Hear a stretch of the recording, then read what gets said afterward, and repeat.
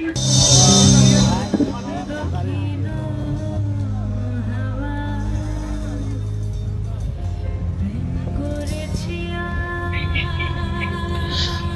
আলাইকুম সুপ্রিয় দর্শক, আশা করি সবাই ভালো আছেন। প্রিয় দর্শক, আমরা নরন্দী স্টেশন থেকে ফকিরপাড়া হয়ে লক্ষ্মীর মোড়ের উদ্দেশ্যে রওনা হলাম। প্রিয় দর্শক, শুরুতেই হাতের বাম পাশে একটা বিল্ডিং দেখতেছেন। এটা মূলত 3 তলা বিল্ডিং এবং সামনের দিকে খেয়াল করলে দেখবেন হাতের 2 পাশে ঘর বাড়ি দেখা যাচ্ছে।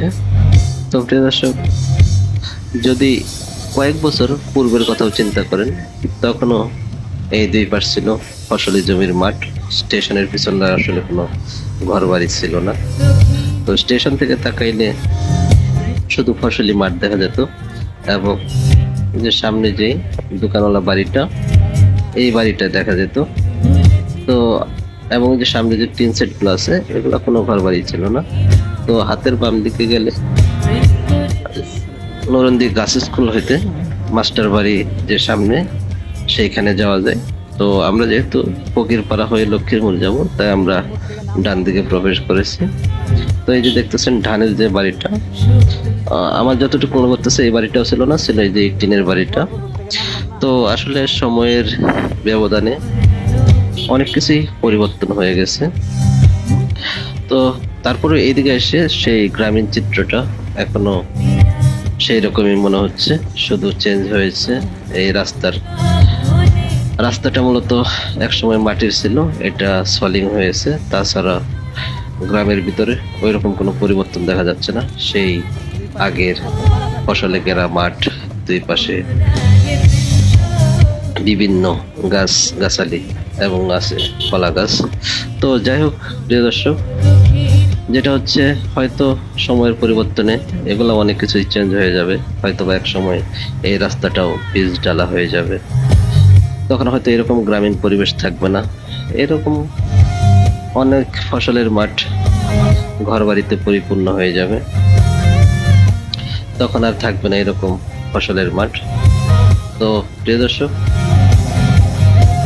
একটা জিনিস খেয়াল করলাম, আমরা আস্তে আস্তে রাস্তার বেশ কিছু জায়গায় মানে ইটের যে সলিং ছিল, সেই সলিংটা দেখতে পারতেছি না। মাঝে মাঝে ইটগুলা নাই। আসলে যাই হোক, সেটা নিয়ে কথা না বলি। এই যে দেখতেছেন, খেয়াল করলে দেখতে পারবেন, এই যে মাঝে মাঝে ইটগুলা নাই। তো আসলে সলিং কেউ তুলে নিয়ে গেছে বা কি হয়েছে, যাই হোক সেটা নিয়ে না বলি। তো প্রিয় দর্শক, যেটা বলতেছিলাম, ভিডিও করতেছি, স্মৃতি ধরে রাখতেছি। তো আপনারা এই ভিডিওটা দেখে যদি একটু লাইক দেন, শেয়ার করেন বা পেজটা ফলো করেন, সেক্ষেত্রে ভিডিও করার উৎসাহ আরো বাড়ে।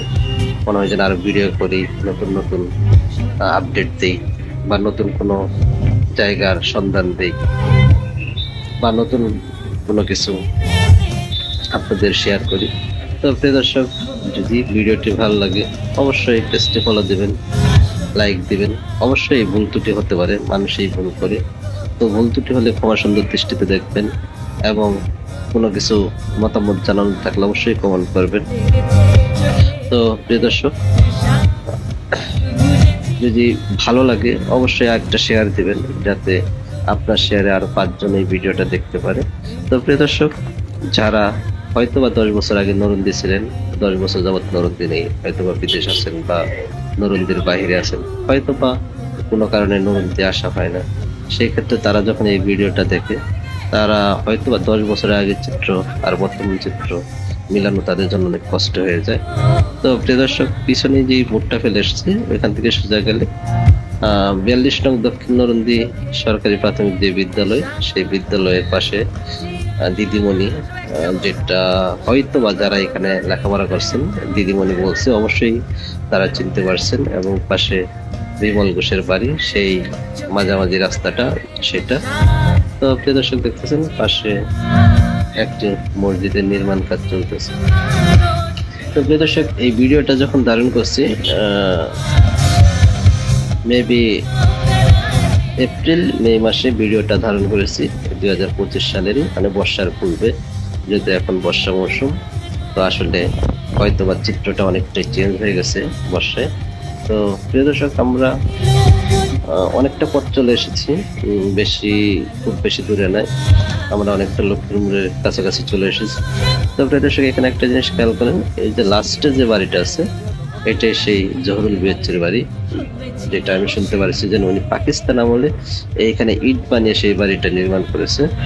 তো জহুরুল বিএচের বাড়িটা থেকে এই যে বামে যে রাস্তাটা, এই রাস্তাটা দিয়ে আমরা চলে যাচ্ছি। তো এটা রাস্তা একটাই, এই একটা রাস্তা ধরেই চলে এসেছি আমরা এখন লক্ষ্মীর মোড়ের কাছাকাছি। তো দর্শক, এই দিকের চিত্রটা এতটা চেঞ্জ হয় নাই যেটা নরন্দি স্টেশনের পিছনে হয়েছে। নরন্দি স্টেশনের পিছনে চিত্রটা আসলে কল্পনার বাহিরে চেঞ্জ হয়েছে, যেন এখানে এত পরিবর্তন হয়েছে যেটা বলার বাহিরে। যাই হোক প্রিয় দর্শক, আমরা লক্ষ্মীর মোড়ের কাছাকাছি। তো